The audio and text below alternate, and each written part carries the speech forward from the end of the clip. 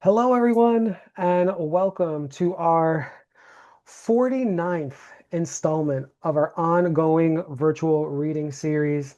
I am the Marketing Communications Director, Dimitri Reyes, and I am super, super excited to be emceeing this facilitation of a conversation between Aimee Nezhukumatathil today, whose book, Night Owl, is now out, and it's a wonderful read of nocturne poetry. So if you haven't read that book yet or other Aimee's work yet, this is definitely the book to check out. And we are celebrating the launch, the long-awaited launch of Orange by Noel Quiñones. And this book will knock your socks off. Like literally right now, I don't have socks on because they're knocked off from this book. It's a lovely, lovely read. It was so great to know Noel in the community, but then now also know Noel outside of the community or internally through this book. So Aimee and Noel are going to have a conversation, and then afterwards, through a Q&A with Noel and I, we'll have a conversation after Noel's reading. So if you have any questions throughout the evening, or Aimee and Noel are talking about something that you want to chime in on, please activate the chat. And they get the chat after the readings too. So any love that you want to throw their way, you can please do it. So before that, I'm going to start with a land acknowledgement, then I'll go to a bio, and then after that, you'll be able to hear their conversation. So again, my name is Dimitri Reyes. I'm the Marketing Communications Director. And as a physical description, I am a Puerto Rican male in his 30s with tan skin. I have a red headband on that's holding back my medium wavy hair. And I have a black exercise long sleeve shirt on with some gray accents and some red accents. And my background is with flower wallpaper. And I have two lovely books next to me, Orange by Noel Quiñones and Night Owl by Aimee Nezhukumatathil, which you're going to see those links in the chat below. We want to take a moment to acknowledge the land that we occupy in Bergen County, New Jersey belongs to the Munsee Lenape people. We honor their history and know that we cannot function in our work as arts activists, nor offer a safe space for all writers without understanding the struggle for Indigenous rights. And we're going to add to the chat a map of native lands for you to identify which land you occupy, as well as links to a few resources for you to learn more and offer your support. Additionally, we join arts organizations across the country in celebrating AANHPI Heritage Month, an annual observance to highlight the history, heritage, and people who identify as Asian American, Native Hawaiian, and/or Pacific Islander. We honor the many rich traditions, languages, and achievements of the AANHPI community that has gifted us with the enjoyment of listening to stories told orally, visually, and through reading literature. We encourage you to support writers and thinkers from these various communities, not only in May, but always.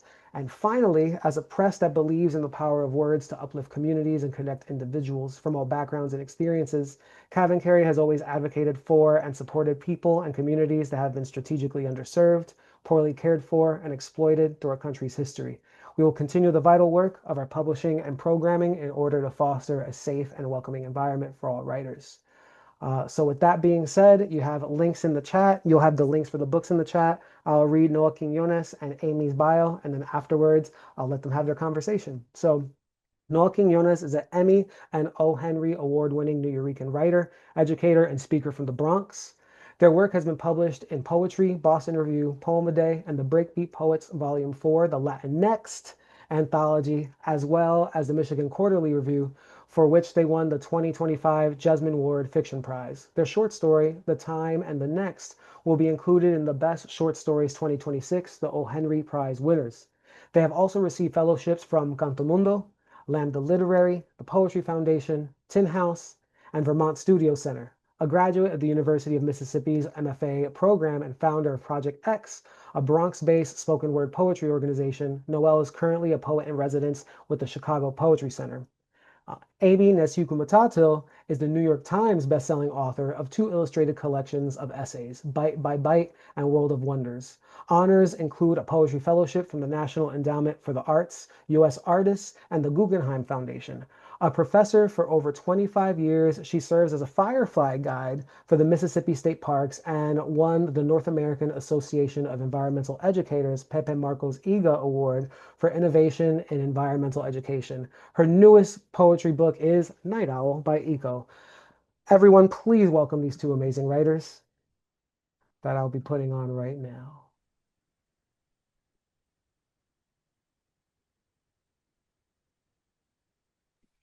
All right. Hey, Noel. Wow, wow, wow. It's so great to see everybody here. Thank you so much for tuning in. And Noel, congratulations on such a stunning, stunning book. I wanted to give a visual description of my space, my little window here. I am wearing a forest green top with bright pink earrings. I have green sunglasses I realized I forgot to take off. On top of my head, I have shoulder length black wavy hair, and I am sitting in an office chair in my home office with an abstract painting of clouds and planets aligning. And on the other side, you can't see completely, but there's a round frame featuring a pineapple because I love tropical fruits. I have tan skin, and I think that's all you need to know visually. How about you, Noel? Yeah, so I am a 33-year-old Puerto Rican person. I'm wearing well, I have dark brown curly hair. I'm wearing dangly gold and green earrings. I have an orange beanie, I would say very dark green corduroy shirt, jacket thing that I love. And I have these amazing little climbers who are all different colors, a light switch, this painting and chair and blanket. And shout out my dad because this is my dad's house. And all these things he has chosen. Great, great. I love it that we're both wearing forest green. That's great. All right, wonderful. So yeah, as Dimitri said, we're gonna chat just a little bit. I'm gonna put you through about 20 minutes of hopefully fun questions. Don't consider this like a grilling at all, but this is just I'm so excited to just chat with you to see um to see how you're feeling and what you're thinking on this day that I knew would come. And I don't want to pat myself on the back, but I will in this case because I knew we would be having a day to celebrate your book. And I just can't say enough good things about this. Visually, I just want to say to everybody here, I'm just flipping through the pages so that you can see that this is a collection here. Of course, I'm not showing the pages that I want. You could see here that CavanKerry used color in on the in the ink. I've never actually seen that before, so props to CavanKerry. This is a book on color, that features color wheels and color theory among others. So Dimitri's like, yes, color. I mean, it's such a gorgeous artifact. You'll also see you sometimes have to turn the book sideways to get various shapes. Um, and there's so many things we could talk about. Oh, I wanted to show there's like games in here, chess move tips and things like that. So you really have to, there's quite literally nothing like that on the bookshelves right now until you get yourselves a copy of this. So just visually, just to see what poetry can do, this is going to be a book, I think, Noel, like for years to come, many years to come of saying, look at how Quinones just kick the door open to see like how poems can just lay on the page. I mean, look at this. What? I remember you were teaching me kind of things of like how to do. I mean, this like m my expertise is about Word, Microsoft Word, and that's about it. Maybe a little, maybe I can be a little wackadoodle with Google Docs, and that's it. That's it. So I always say the best teaching relationships are ones not where the student listens necessarily, it's the ones where the student teaches me things. And with that, in mind, you're one of the best students ever, that kind of thing. In that way, like I, I want you to say there's no pretense, there's no poker face on this. What you see is what you get with my face, and I have everything to lose by saying something that is not true. And so, I just want you to know that. I want the audience to know that as well, like how much you have taught me, as well. So. But that's not what the audience is here for. They want to hear all about you and your book. So I have a bunch of questions, and like the type A person I am, I just have I have like so many. I have over prepared for sure, but that's just because I know this collection inside and out. I knew it when it was in its baby phases. Noel, can you talk about, just to open it up? It's kind of a softball question, but kind of also a big essay question in itself.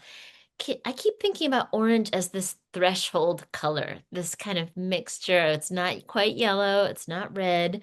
Um, what does the color orange allow you to do in this collection that that language alone, without naming colors, could not, maybe? Like, can you talk about the origin story, maybe perhaps of like how you knew, okay, orange, that's it. I'm gonna put everything around this concept of orange, this color of orange. Yeah. Um, It's a big question, I know. I know. no, I'm just like, oh my God, emotions. Just thank you, Amy. I mean, I know this is gonna come up in like our conversation, but just it really would not be here. Truly, truly, Orange would not exist without you, and definitely not in this form. Um, and CavanKerry, y'all have changed my life. So shout out CavanKerry forever and ever. Yes. Yes, the origin story. So I always like to start with the fact that orange has been my favorite color since Yes. I think 3 or 4 years old. I love Um, that. I don't, we don't know where, like, we as in my parents as well, we don't know where, how it started, what it was, like the thing that really I was just like, this is why. But even I had my parents collect like photos of me in orange, and we have so Oh. many from my I childhood. know. And shout out, if you haven't seen these cute little baby Noel pictures, they've been sprinkling them around in social media. So check out the gram for some of these. And tomorrow, I'm gonna drop a lot of them tomorrow. Oh, good, good. I've been holding on to for the day of. But yeah, so I start with that to say that, I got to your spring workshop, the spring of my first year at my MFA, and you asked us to draw our poem. We had to draw as homework our different drawings, really simple, and we got a book. Many, many drawings. Many Yeah. drawings of like animals and characters, and I did one that was in space, which was really cool. Mhm. And I loved what you said. You were like, "Hey, if we are going to be asked to use words to create and describe images, it probably helps us as poets to also draw these images to get more intimate with them." And that, like, God, just cracked something open in Oh, me. Um, and I got really into just I guess using the page, right? How can we push these things? And then it took, I started with like, oh, orange is my favorite color, okay. And then I just did a quick Google search and I was like, what's the history of orange? What's the history of colors? And as you know, I read so many history books on colors and color yeah. theory and all these Mhm. things. But what absolutely blew my mind was what I read about orange. That historically, orange is one of the last major colors to be named in the rainbow by most early civilizations. Um, and it's because orange has this slippage about it. It like in its different shades, it can be red, it can be yellow, it can be brown. It's always kind of another color. It's in between. It's a little confusing. It's complicated. And that understanding really, oh, shout out my mom. My mom's here. Oh, I yay. know that my room Hello. is orange, which was a mistake because it was very neon and it hurt everybody's eyes when I was a kid. But yeah, I got this kind of confirmation that historically orange was this color that was complex and also bled into other colors. And when I started to think about the content of what I was writing about. I was writing about um my identity, my queerness. I was writing about my parents, their divorce, their kind of experience, and that I I never wanted something that was black and white, something that was like, yep, this person is right, this person is wrong, this is what happened, this is not what happened. And as I kept exploring these things, I was like, Orange could actually hold this in a way that words can, but I wanted that extra understanding, that extra framing. Like Orange and color theory are the entryway and the frame to the book because it was like a gift that kept on giving. Mhm. Um, Orange historically just fit the bill in terms of what I was trying to accomplish by showing the complexities of what it means to be human, right? Like Yep. what does accountability look like? What does it mean when we make mistakes? How do we ask for forgiveness? What does it mean when we lie or when we are vulnerable? And Orange was this way of me being like, oh, it's all these things. They're slipping into each other. There are no kind of hard lines in between. The stories that I'm telling, uh, as well as kind of what I wanted to push with the visual aspects of the book that you mentioned too. Absolutely. I love that answer so much. And I love that this kind of almost undefinable word for many, many civilizations, it gets defined by you in all the different manifestations of it. Like in all the different poems, you see, oh, this is orange, and this is also orange, and this is orange, and this feeling is orange. So there's so many different tones and moods here, all under the umbrella of orange. And I love that you are mapping and archiving and kind of reframing this color as they stand in for in-betweenness, the slippage, things like that. I love it so much. I wonder if you can, so you don't have to do it right now, but at the end, I'm requesting um you read the Miss Frizzle poem along these lines, just because who else better than Miss Frizzle to explain color theory, that kind of thing. So you don't have to, but that's my personal request. Um, This is but great. what's I that? already planned. That's my first Oh, one. oh, Just great, perfect. See, we still, trying to think of one. after all these years, we're still vibing the same, still the same. Okay, good, good. I wanted to switch just a little bit. Into something I don't know, and you taught me actually, and that is the Bronx. I'm not very familiar with that. That at place and that landscape and the sounds and the moods and everything and the inhabitants, that kind of thing. The Bronx in Orange feels so alive and so vibrant. I wondered if it feels alive in the way a forest or a coastline is. Like there's just so much movement, um so many little mini ecosystems within the bigger ecosystem. What did Maybe I'll start with the Bronx. What did Bronx teach you about survival, about tenderness? What does landscape teach you about survival and tenderness? Because I know I push you to say, like, hey, how about you write about the outdoors? How about you write about landscape? Even though, and you could be honest if you were not like feeling it at first, but what I love about having you in class is that you tried. You at least tried and it's just said, I'll try, I mean, this may not work and sometimes it doesn't, but you tried with such tremendous, I think, I mean, the poems speak for themselves. So yeah, if you could talk about landscape, and what did writing about the Bronx open up for you? What did it teach you about survival, about tenderness, and what about writing landscape in general? Because I know, when you entered University of Mississippi, I know you weren't like, I'm a nature poet, so, or I don't write about the landscape, I write about anything else, but like, so how did that happen for you? Yeah. I mean, I love this question because they're intertwined, right? Yeah. Like it's funny. I was talking with a friend, another poet, Rob Mikasa at Colgate, who was asking, like, you've lived. I left New York City 9 years ago, and I've Mm, lived to go to Mississippi, and then moved multiple places. I live in Chicago now, yeah. and Rob was asking me, what are all these places? Like, you're just writing about the Bronx, but you're going to all these other. You're places. Yeah, And what I shared was that, each of these places helps me better reflect and see the place that I grew up in and this place that I love. And so something I really appreciated in both you asking for us to do that prompt in class and just me moving to literally, I would argue, the antithesis of New York City, which was, 100%. suburban-esque rural Oxford, Mississippi, was Mhm. just a not just an appreciation for nature and how much I love nature, but that I actually grew up in a unique part of New York City that actually has a lot of nature.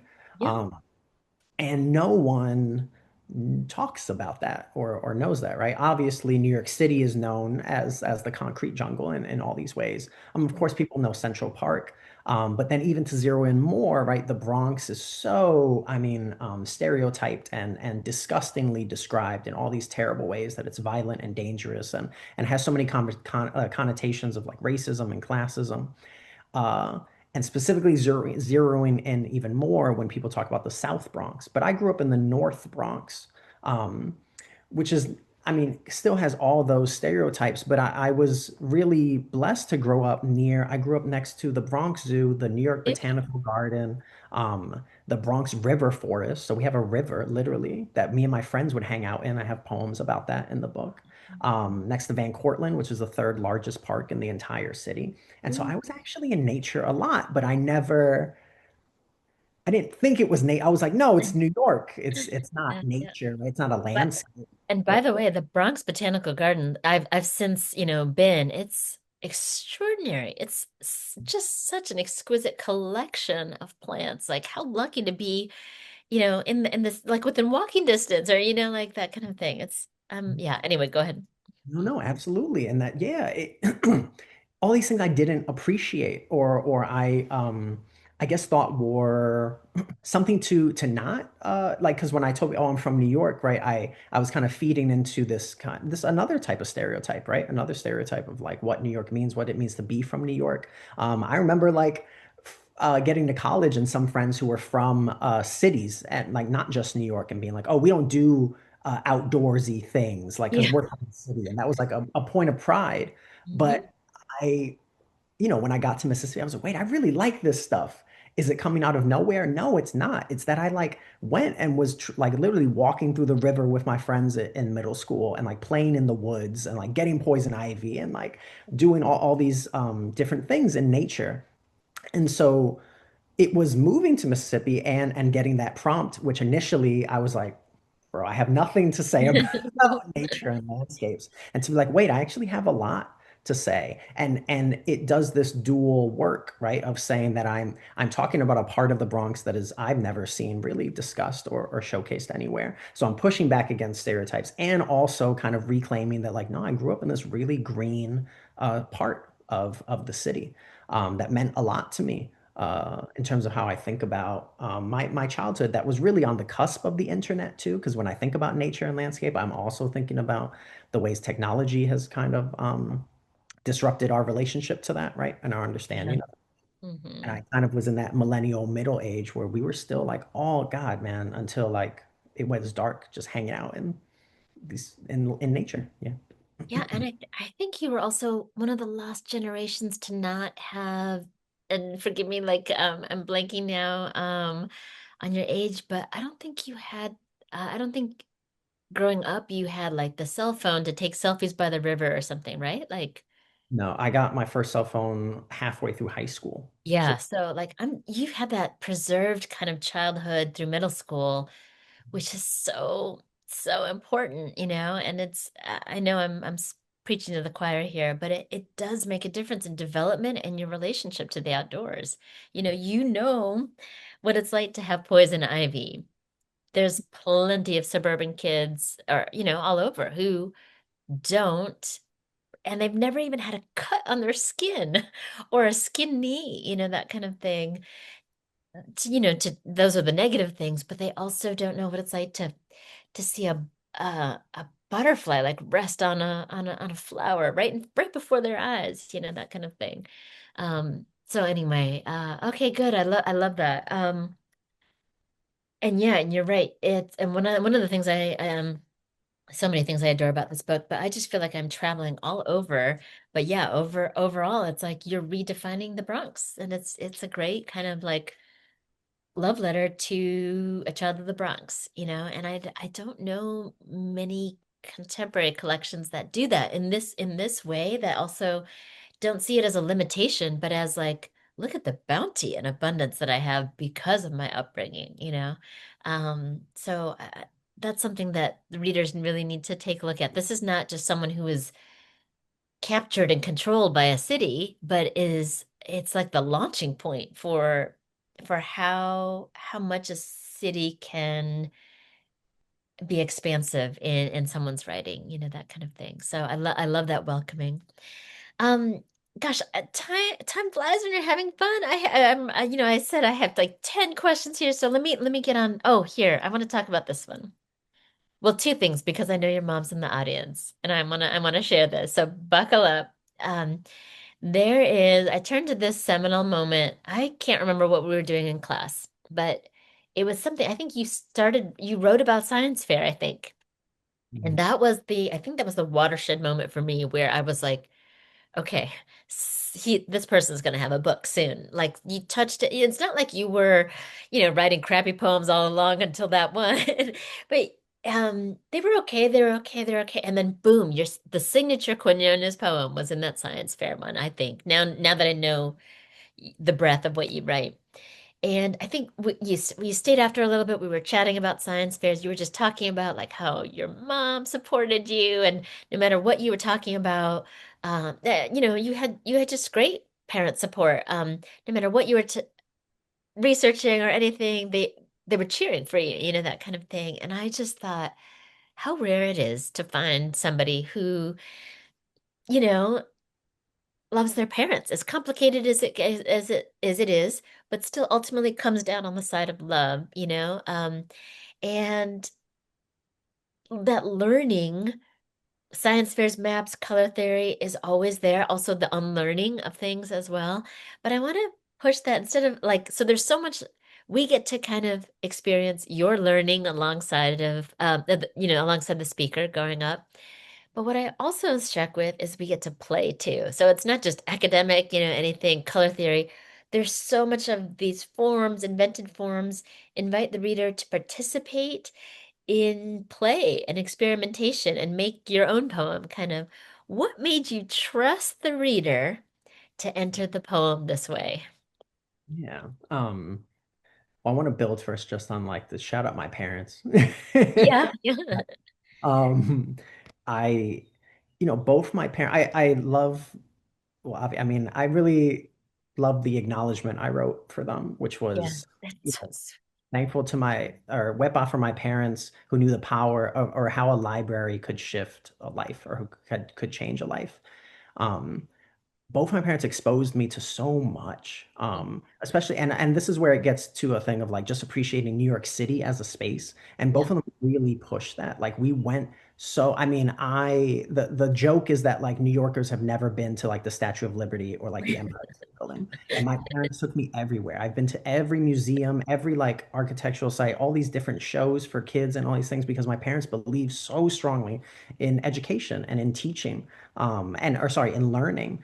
Um, and and so that leads me to answering the question, right? Which is that I really was instilled with how important not just getting an education, but I think because both of them knew how powerful education was and that my mom was a teacher for 29 years, right? Elementary school in the South Bronx, that I saw teaching in action, right? Like how does this change a life? What does it actually mean to get an education? And what does that look like?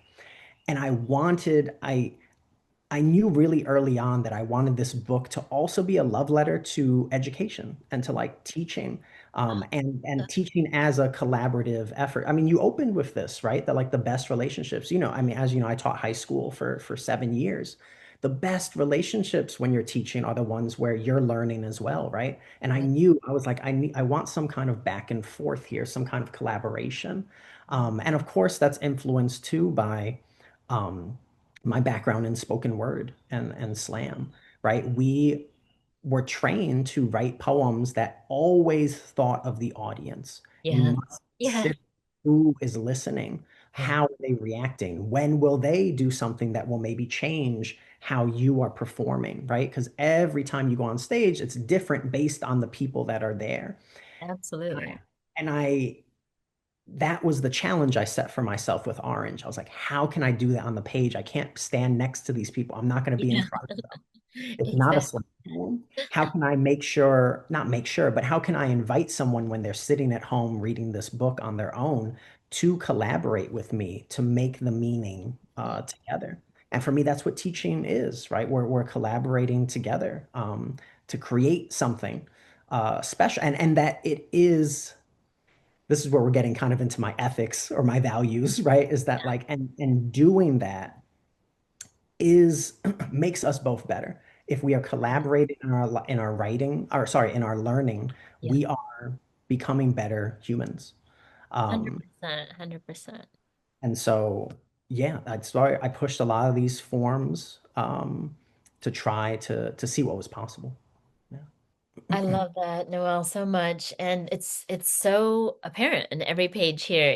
I without even knowing your bio, I think people would be like, oh my gosh, that this person's used to being in a stage, and is used to teaching. And you don't get to be a beloved teacher or when you're not trusting and just hoping that, hey, um, this is not just me spouting my wisdom to you, but we're going to bounce ideas off of each other and come through this together on the other side, that kind of thing. And I love that you witnessed that first with your mom and you could see how she changed lives, that kind of thing. And I think this book is going to change lives really. And I just can't wait for, I mean, this should be required reading if you are in academia, if you are thinking about possibly going on. I mean, it just should be required reading, period. But for sure, just to see like that trust again, because I think where we fall apart in academia is when one person thinks, I've got so much wisdom and I'm the know-it-all, and you are all my disciples, and you have to like imitate me, you have to agree with everything I say, and that kind of thing. There's no exchange of ideas. And um, I just want to I think it's a nice segue to get into a teaching poem, but also it's kind of the nice opening for your entire collection, and that's the Miss Frizzle, the ultimate teacher, right? So why don't we do that? Because I don't want the folks at CavanKerry to be like, all right, you are interviewing way too long, but Dimitri's like, yeah, time to go, Amy, like time to go. Can we get the one of my favorites, but it's the opening poem from Orange. Yeah. Right.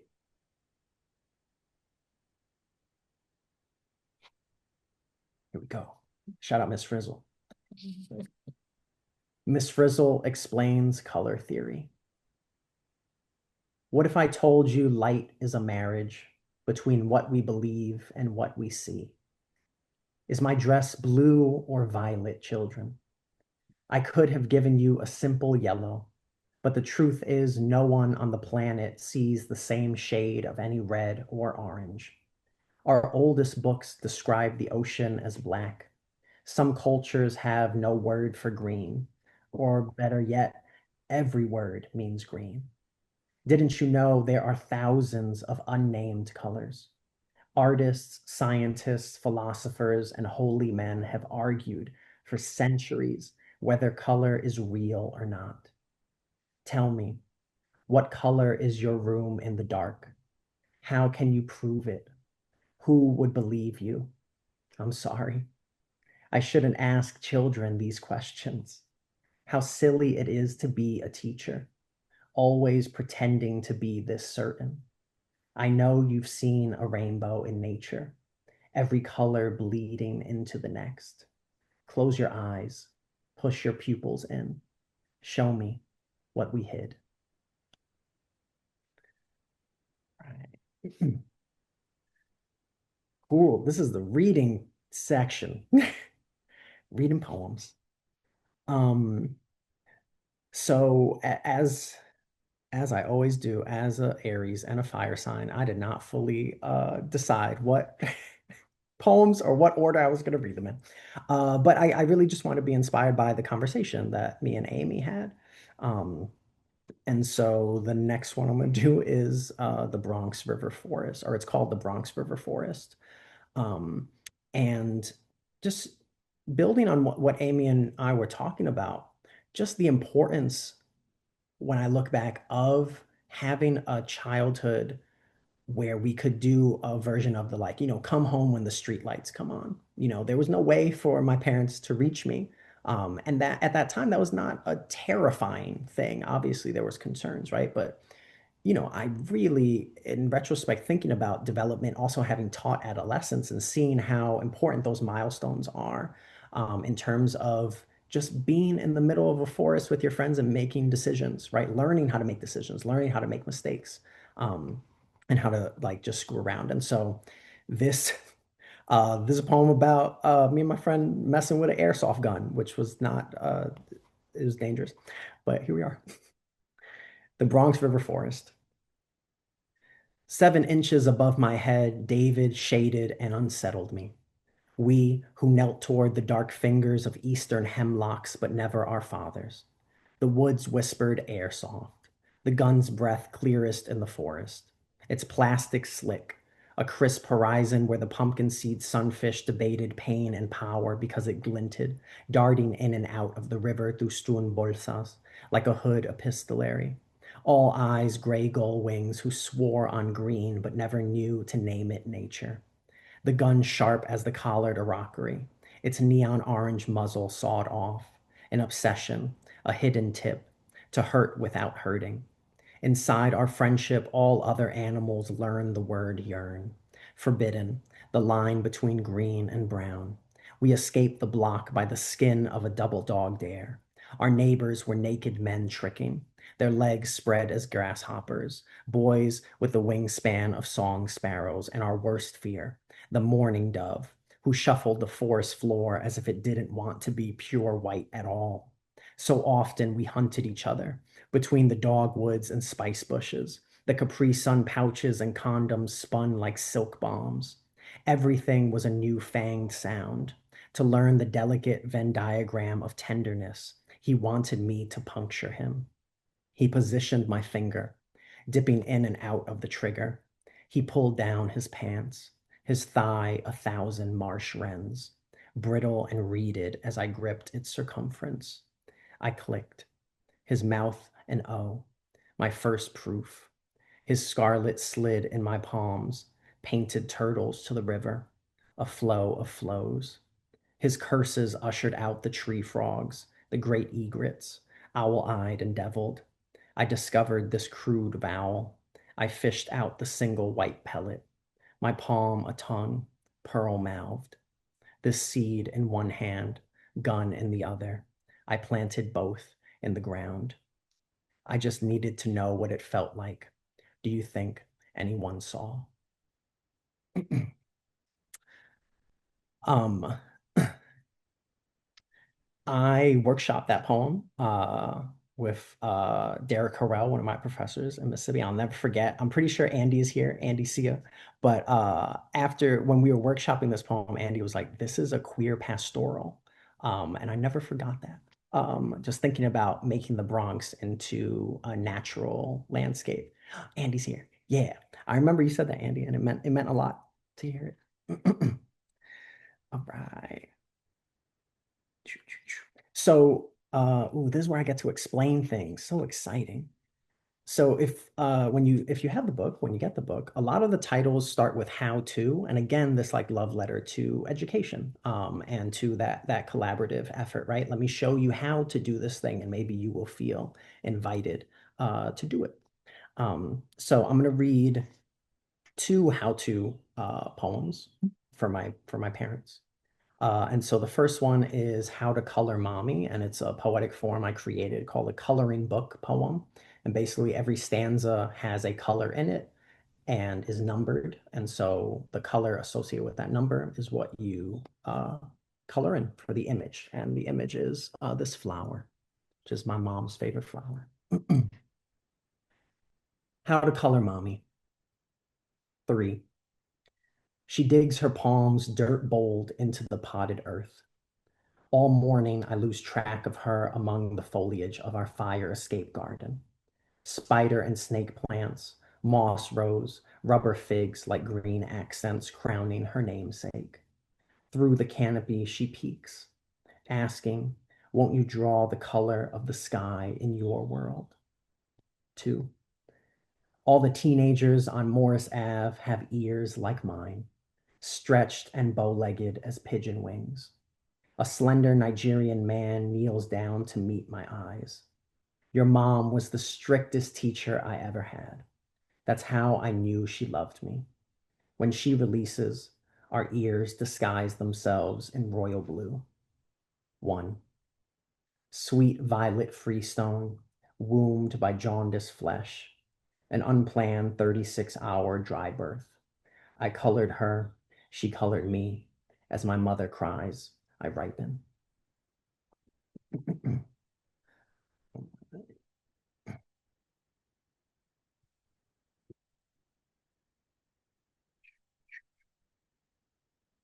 This what I'm doing? Yep. Yeah. Right. Um, so this next one is for my dad. Um, my dad wasn't a teacher by profession, but he was definitely a teacher in life, in energy. Um, and again, thinking of the how to, this poem is called How to Connect Boppy. And it's in the shape of, Aimee actually showed this one too. It's in the shape of a Galaga fighter, Starfighter, which was his favorite arcade game. And the reason Dimitri keeps putting the controller when this comes up. Good job. I love that. And the reason I put this game because and this will come up in the poem, like me and my dad grew up in two very different Bronxes. And it was one of these moments writing this poem that I started to realize in the earliest drafts of this that like what I'm talking about is actually um, two Bronxes, maybe even more, right? That the Bronx is actually not just one place or one experience or one person's understanding of it. Especially when I consider how many people have tried to tell me about the Bronx. I never forget that I was in a hostel in Madrid once, and me and my friend were there on vacation and like talking to some other people. And this guy from Madrid was like, "Oh, where are you from?" I was like, "Oh, I'm from the Bronx." And he was just like, "Oh, that's where people get shot."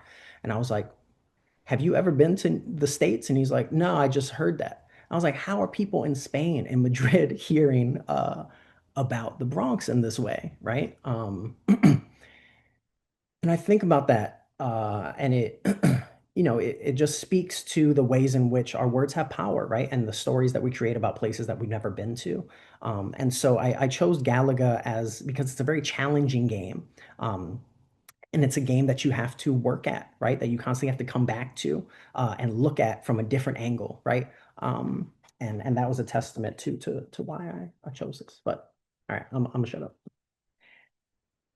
How to connect, Boppy.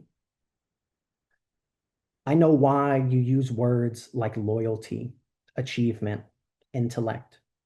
Why you stand at the window as it rains, hungering for a chaos to order. Why you engineered a distance within a court-ordered distance, always protecting someone. Why we spent hours in libraries opening pages to Titi Lisa's bookmark. Why each question feels like an interrogation. Why I've only seen you cry once, a heat death. Why no two Bronxes are the same, and why you were so worried I'd never learn quick enough. How I am my mother's child, and yet your choices, invisible and unsung as water. Why what you took from mommy some days clouds my name, and others condenses into freedom. Why you played that game, throwing me into every fire hydrant on Jerome Ave, always protecting someone. I know why you call yourself a unicorn. That spear, let it rest. Let me show you what I've learned listening to you. I knew that the tears were going to come. There it is. Um, after I showed my dad the first I mean, honestly, after I got the contract from CavanKerry, I showed both my parents the book. And I'll never forget something my dad said right after. He was like, I never realized how much you listened. Um, which is funny because it goes both ways, because my family has made the joke of just like, be careful, Noel's listening, you might get a poem out of that. Right. Um, but in the other sense that, like, as poets, we're attending to all the details, right?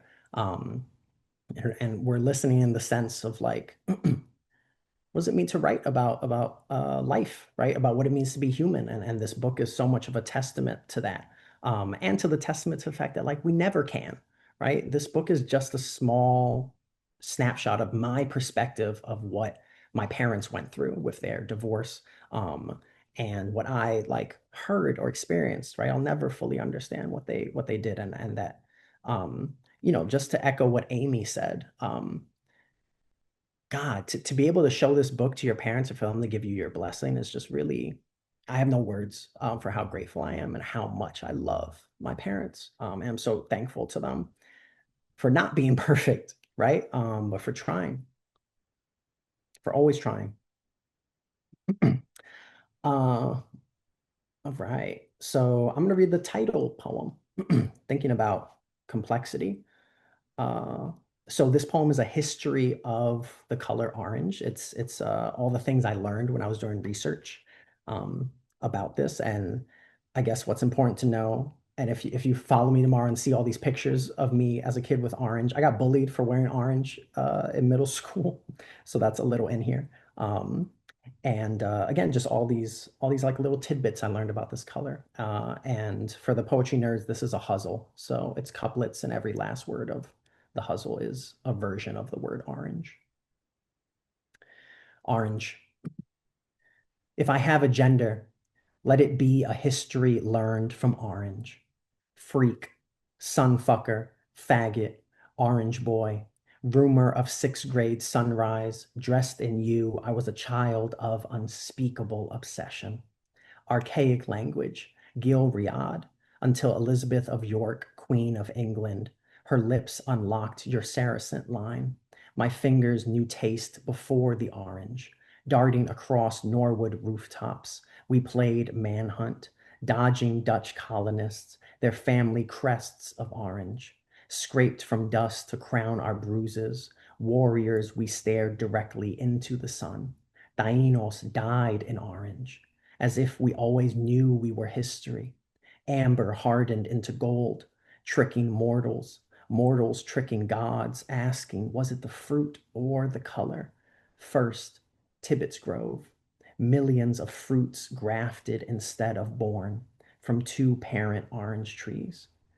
The key to a philosopher's stone, color men, flirting with volcanoes to retrieve your arsenic orpiment, forever in danger of sliding into another color. I ran after you, tracing rivers and creeks and streams of citrus, the Washington navel orange, a second fruit protruding, not a twin, nor translation, but a new name every season. Thanks, y'all. All right. As I check the clock and realize, oh, yeah, yeah. All right, see, we're just going with the vibes. Yeah. Actually, yeah. So this is probably, can we have favorites? I can have favorites of poems in my own book, right? This is probably one of my top favorites. I also love reading this. I'm just building off of Dimitri saying all the 90s and early 2000s references. This is probably my heaviest poem with the references, heavy-handed references. But yeah, me and my middle school friends, made a time capsule.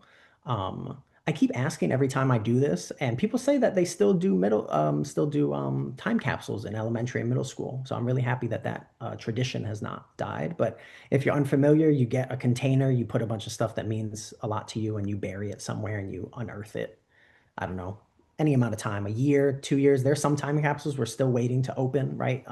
Some famous ones. One just opened, actually, I think it was in Virginia. That was a time capsule, and it was like 75 years they waited to see. So yeah, me and my friends buried a time capsule in a park in the Bronx. We don't remember which park it is. It's either Van Cortlandt Oval or the Bronx River Park, but it's there somewhere. So if you want to get a shovel, go to the Bronx, try and find it. All right.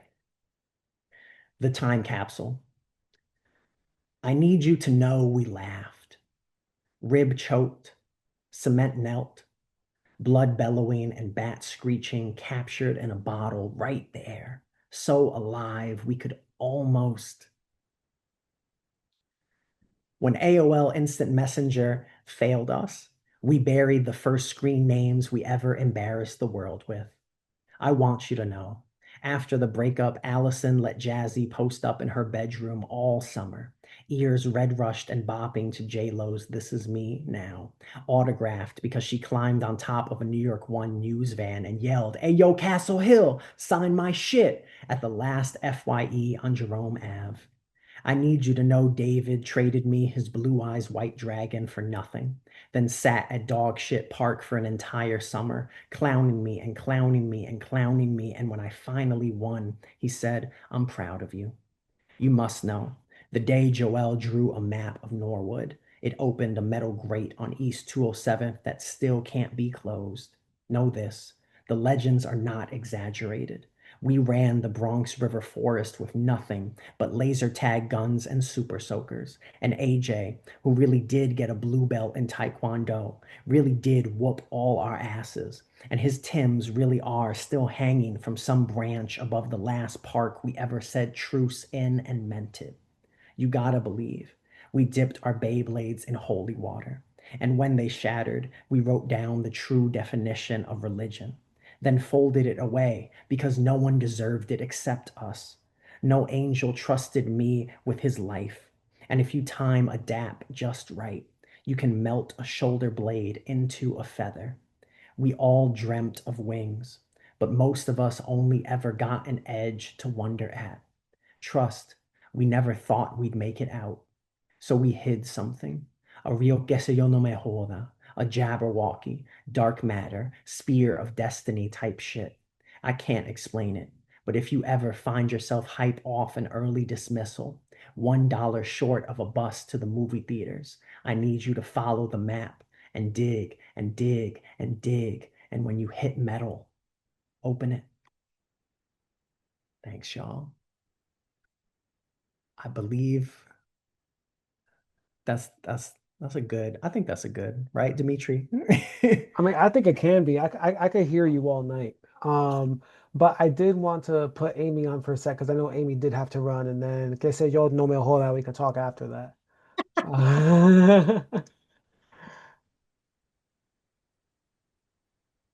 Oh, Amy, you're muted.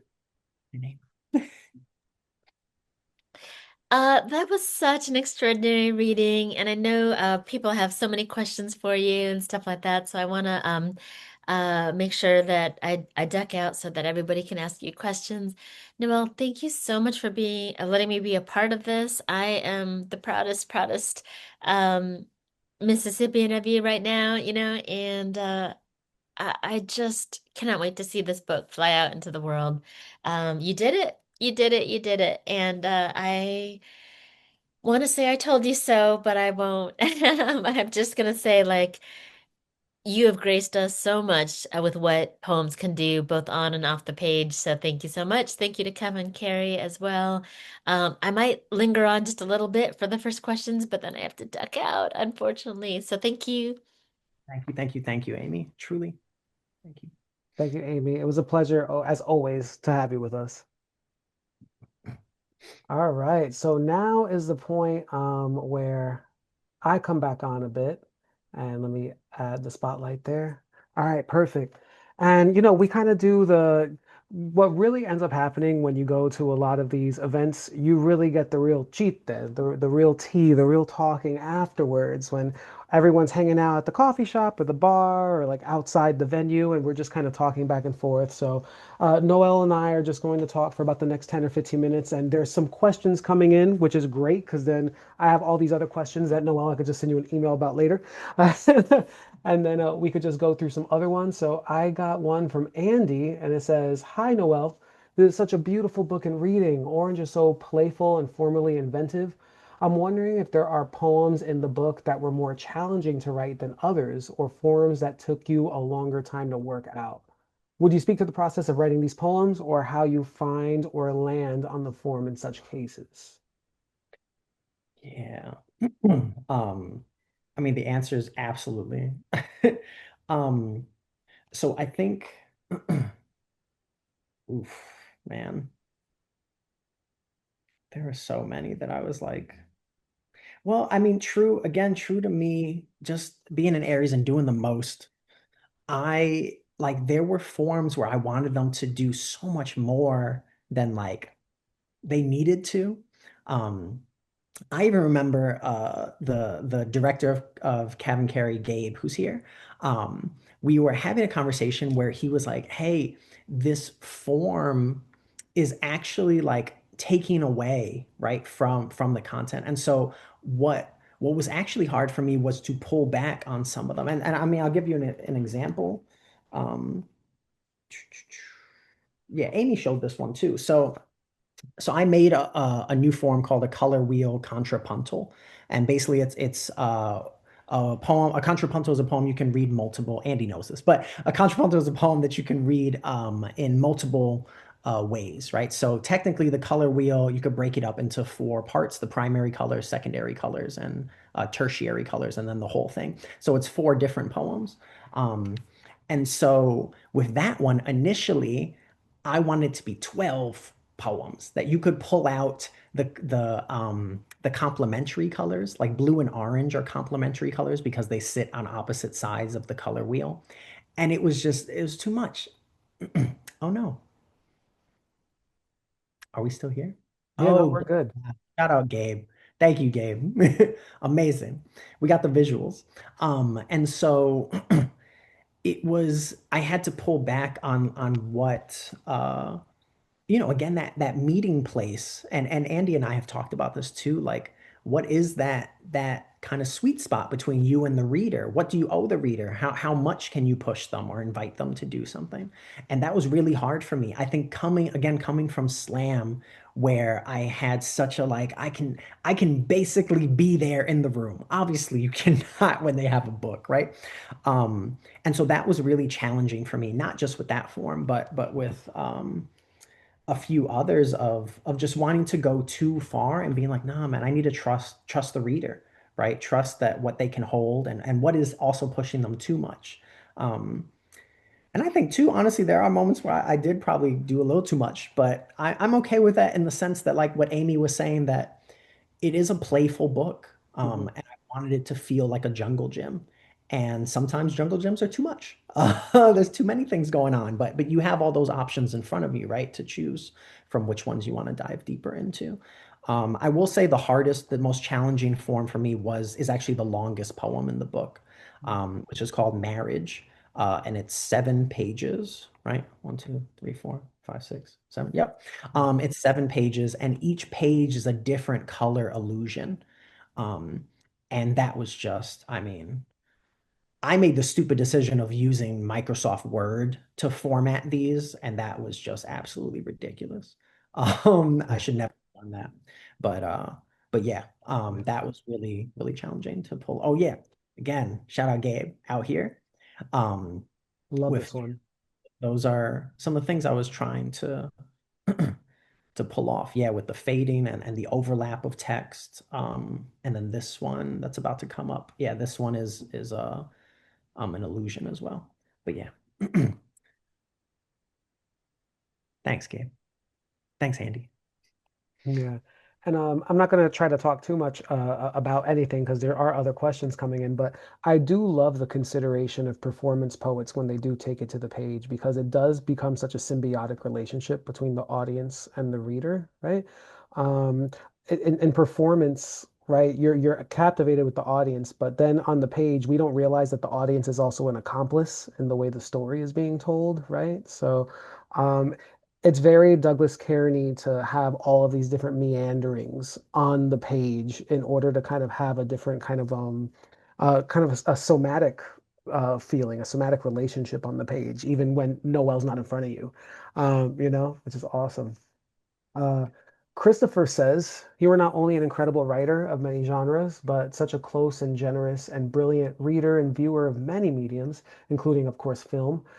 How have your relationships to other types of storytelling affected this book? And also, what are you working on now? Ah, Chris. Chris knows what I'm working on. I love Chris. Thank you, Chris. So it's funny that so those other considerate like so for sorry for context, like I generally like finished the bulk of Orange, I would say probably 2 years ago, and it was just kind of edits from there, and things back and forth with y'all at CavanKerry. And so for the past 2 years, I have not really written. I've maybe written one poem, maybe two, and I've only been doing work in other genres, so short stories, novel, and screenwriting. And so to answer Chris's question, I was not, as I was working on Orange, I was not doing anything in other genres at the time Mm, because, yeah, again, I was really just like, how can I create, and I'm gonna take that, Dimitri, by the way, what I wrote it down, audience as accomplice, somatic relationship. I was trying to think about that just in terms of poetry. But what this magical thing that happened was that in doing this and pushing um, these boundaries with poetry, I was very grateful that I did take a few fiction writing classes with mm, Chris and at my MFA, and those were kind of just sitting there, like lingering. And I was like, can I bring this background over there? And what would happen if I did that? mm. And so in the past 2 years, I've just been taking classes. Um, I took Evelise is here. I took a year-long class with her to write short stories. Shout out Evelise Rodriguez. And I took a video game writing class, and I'm in a screenwriting class right now. And it's been fascinating that all of my teachers have like literally been really direct and been like, having a foundation as a poet has really helped you Mhm. over here.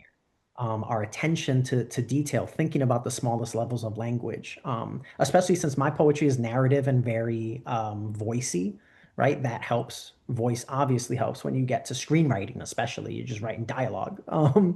And so, yeah, in those ways, I'm just so, so grateful and thankful to have started in poetry, to Mm. have like explored really, and obviously I'm not going to stop writing poetry, but so exciting to like see what is possible in other genres, and what's also transferable, right? I think with poets specifically is like even resting in that white space, right? And that stuff that we don't know, but other people have to imply, like uh, you know, I think folks that are writing that go searching for an answer, right? I think poets just inadvertently trying to connect dialogue to dialogue or description to description. It's kind of an edge that we have because we kind of trust our reader in that way.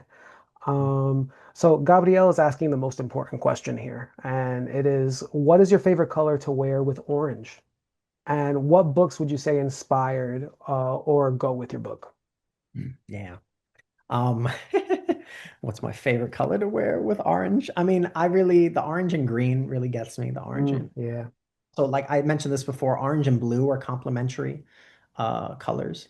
Mhm. And so I also love orange and blue. I also tend to wear orange and black, which is not always great because then people are like, it's not Halloween. But they look great together. Um, but yeah, so yeah. Um, God, man, books that inspire orange. There are so freaking many. I'll start with one that was like huge for me, which was Evel Ewing's Electric Arches. Oh my Um, God. this is great. If I name them and then Dimitri pulls them out, bro, magical. Yeah, Electric Arches really. I mean, again, thinking about like books that are pushing the boundaries, right, of what is possible.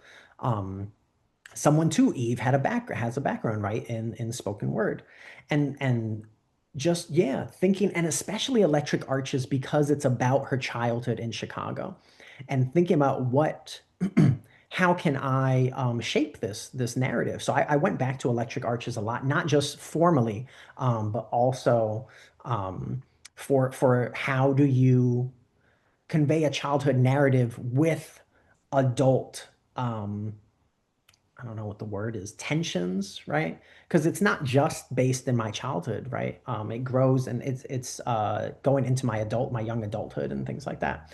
And yeah, Electric Arches was really a major one. Um, Other ones, once I established for myself that I wanted this book to be a jungle gym, right? I really was looking for new and exciting forms. Mm, And so it wasn't just the fact that Jericho Brown like created the duplex, but the tradition was a mm, really like big book for me too.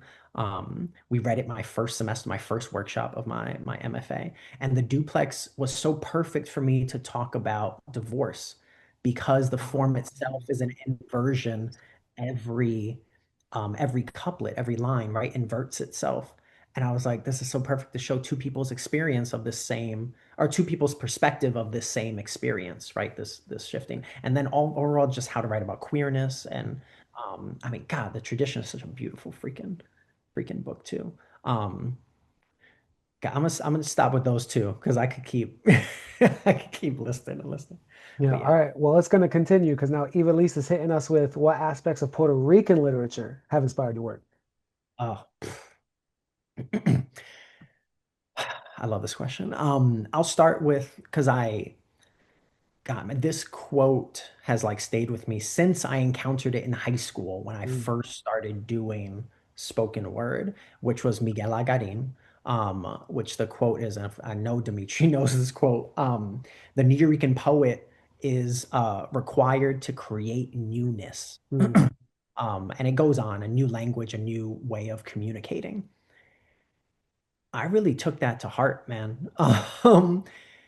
Because of our in-betweenness, because of our relationship to two islands, right? To New York City, to Puerto Rico. The Nuyorican lineage as a whole was so, gave me such direction 10 years before I ever wrote Orange, because there was a mandate, right? Miguel Agarin was like, we have to create something new, right? That like shows our kind of in-betweenness and not as a weakness, right? As a strength. And you know, I'm not fluent in Spanish, and I know that some of what he is saying is Spanglish and mixing these languages, but I I took that mandate to think about, you know, how can I push? How can I create something new, a new language, a new way of communicating? So, so yeah, Miguel Agarin, that quote, Miguel Agarin's work, mm. for sure.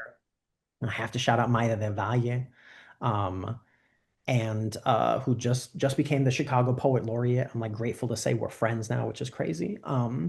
And again, what she was doing sonically and linguistically was so important to my early writing. And again, also when I came back here and I was like, my book has a lot of slang, a lot of dialogue, a lot of Spanglish, um, from different pieces that I heard. And of course, I have to Willie Perlomo.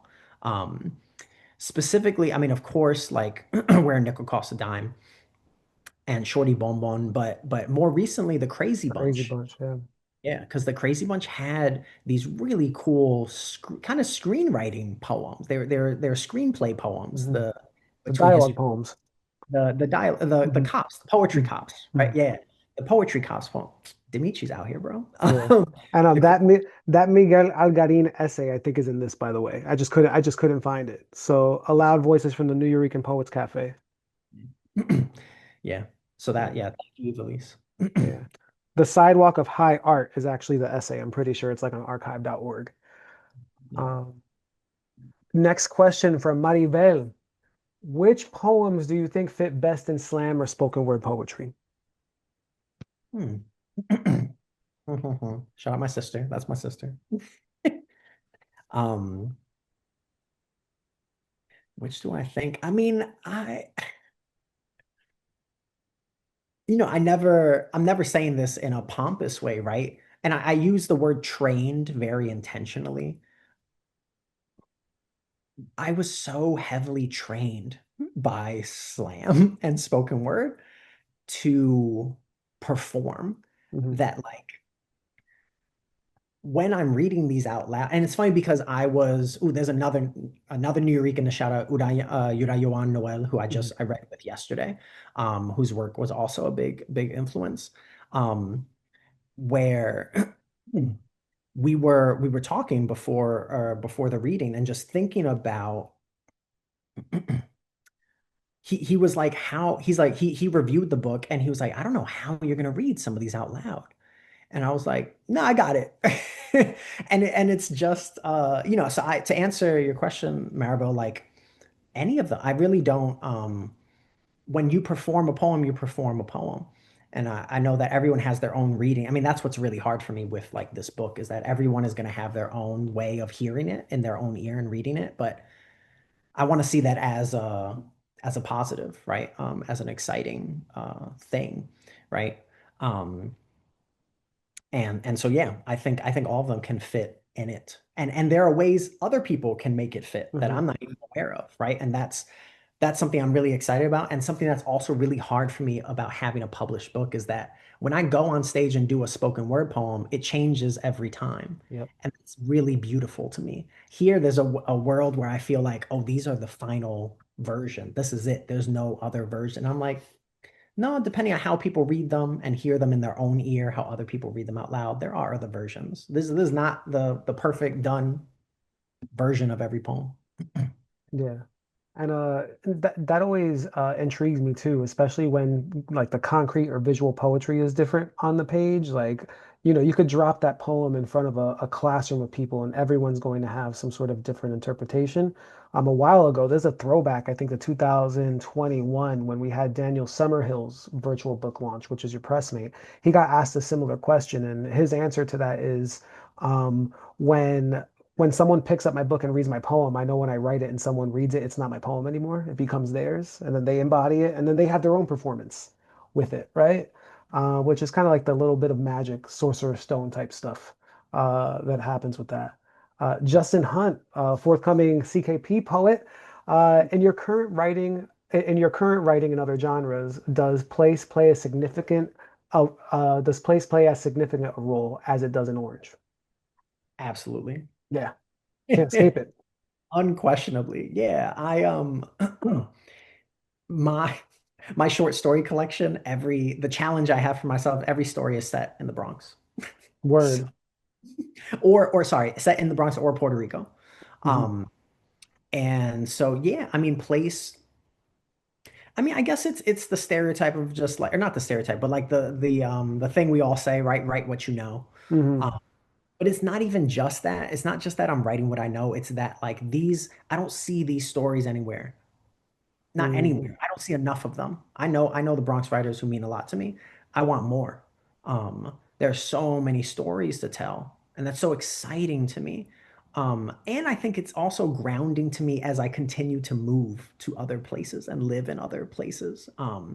That like I'm like, nah, this is a place that I know and I remember. And if I don't, I also like I love having conversations with like my family or my friends.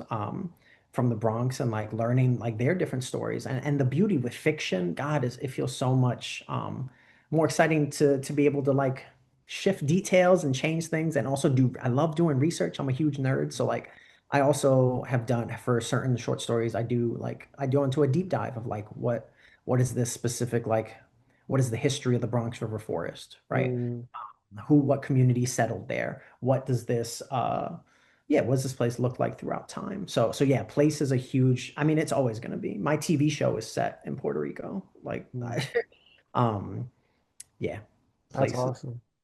The cool thing too is that by proxy, when you're doing those deep dives and you're researching, even though it's fiction and you're supposed to just write it for the sake of others for enjoyment, there's still an educational aspect that happens there. So the teaching doesn't leave, right? And I think that's the interesting thing that has also been embedded to you throughout like your professional career, like whether it's the performances I remember from you from like 10 years ago or this book now, there's always kind of this element of the teaching. It never kind of leaves, right?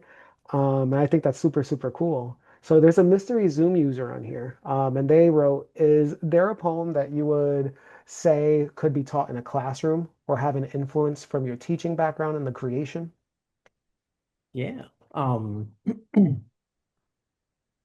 I mean, I I mean, think the Miss Frizzle ones are the low-hanging oranges, right? Is there another set of them? yeah, I have three Miss Frizzle, or Hmm. no, sorry, four. I have four Miss Frizzle poems across the book. I mean, I would say the color wheel contrapuntal is Hmm. like real a good one to teach. Again, thinking about visual, concrete poetry. Um, I really like what was it? Oh, the coloring book poem is probably Oh, love most that low one. fruit. Yeah. Yeah. And I've actually already done some middle school workshops where I'm like, let's make a color wheel poem. Draw any image you want, put the numbers in, write your stanza with the colors in it. Yeah, and it works. It's worked good for. I don't know what age group this person was asking for, but Mhm. yeah, I think those for sure. Yeah. I think this is also a great time to mention that, like, you also do school visits and such, right? Do you want to talk about that for a second? Yeah, yeah. No, I'm still well, God, have been because of spoken word for like 10 years now, still like touring and traveling and teaching, and I get so much joy from that. Just meeting kids from different places. And almost every city that I live in, I teach in too. Mm. And I love that aspect of it too. Learning about kids' relationships to the place that they're in, right? I love talking about place. I never claim to say that these other places I know well or Mhm. deeply, right? I know New York. But I get to interview kids and like conversate with them and have them write about their favorite places through poems, right? That is just so exciting for me. That's amazing. Yeah, thanks, Noel. And we're gonna put the link in the chat for Noel's Orange. If you want to get one for yourself and one for a friend or 10 for your classroom, right? I want to end with this last question here, and thank you so much to the audience for hanging out and staying with us. You've been super, super great. So now that this book is out, and like I already mentioned, I've known you being active in the community through teaching and performance, and knowing you as someone who is a scholar and someone who studies now. It's been a while, and we've known each other for a while now too, right? So what is and I love asking this question, and I think about this stuff all my time, and it always changes. What's a piece of advice you would give little Noel from when they were at the start of this journey here towards now when the book is out? Oof. I it's corny, but I think really important to tell adolescents. I was so serious about poetry in high school and Hmm. college. And I think, spoken word community had something to do with that of like pushing us to be like, write the worst thing that happened to you. You could get 10 points. Um, and my big thing is just like, God, man, have fun. Mm. Um, I had so much fun writing this book. Um, I know there are serious themes in this book and it gets dark, right? But I had so much fun just thinking about um the possibilities on the page. And I want to shout out the Chicago Poetry Center. I know Joy is here. Hey Joy. From the Chicago Poetry Center. Like it has been such a gift for me to teach. I teach poetry workshops in Chicago public middle schools. And what a joy it's been, especially I teach in a school that has a large population of immigrants. Mm. And how amazing I can see it in their writing and in their faces. And even, I mean, kids tell me this, right? This little seventh graders, they're like, I see English as like a cage, as a trap, right? It's something I have to learn all these things, Mm. how it works, how it looks, whatever. But in poetry, I'm like, I don't care about grammar. I don't care about spelling. I want you to tell me a story and I want you to have fun and I want you to use the whole page. And of course, I also tell them like, you can write, we have Google Translate now. You can write your whole poem in another language, right? Hmm. And so what I tell them is what I would tell myself is like, we are here to have fun. We are here to tell a story in whatever way is exciting and works for you, in whatever language is exciting and works for you. And what a gift it is to tell kids at that age to see language not as a set of rules, but as a playground, right? And that's what I would tell my younger self. That's beautiful. Yeah, and just have fun. I think we get so in the weeds with also saying that something needs to look a certain way, or if like I'm a poet, I need to write poems, right? I think that's the thing that we get stuck in a lot too. And just knowing that the art is art, right? Like I was joking around before we got on, and I was like, this whole entire, launch could be as free as it needs. It's the New York way, right? Like just let it be free, let it be art, right? Let's just all love it. Because if you don't love it, you'll stop doing it. So listen, Noel, blessings to you. I've been such a fan of your work for a long time, and I'm so glad that we were able to bring this book into the world. And as Aimee said, like for years to come, I feel like people are just going to reference it, refer to it, and you know, just blessings. I can't imagine what's going to happen with this as you're starting the tour now. You're gonna be on the move. You're gonna be on the move. Um, Gabe, at this point in time, and Gabe, please give it up for Gabe in the background, who is our director and managing editor, and make sure that all at CavanKerry Press can happen.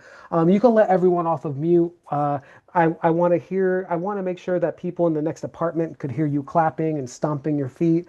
If you're out in the woods, I want to make sure the woodland creatures show up to your window to see what's going on. Just give Noel all of your good graces for tonight. Huepa! Thank you. Love you, Papa. So proud of you.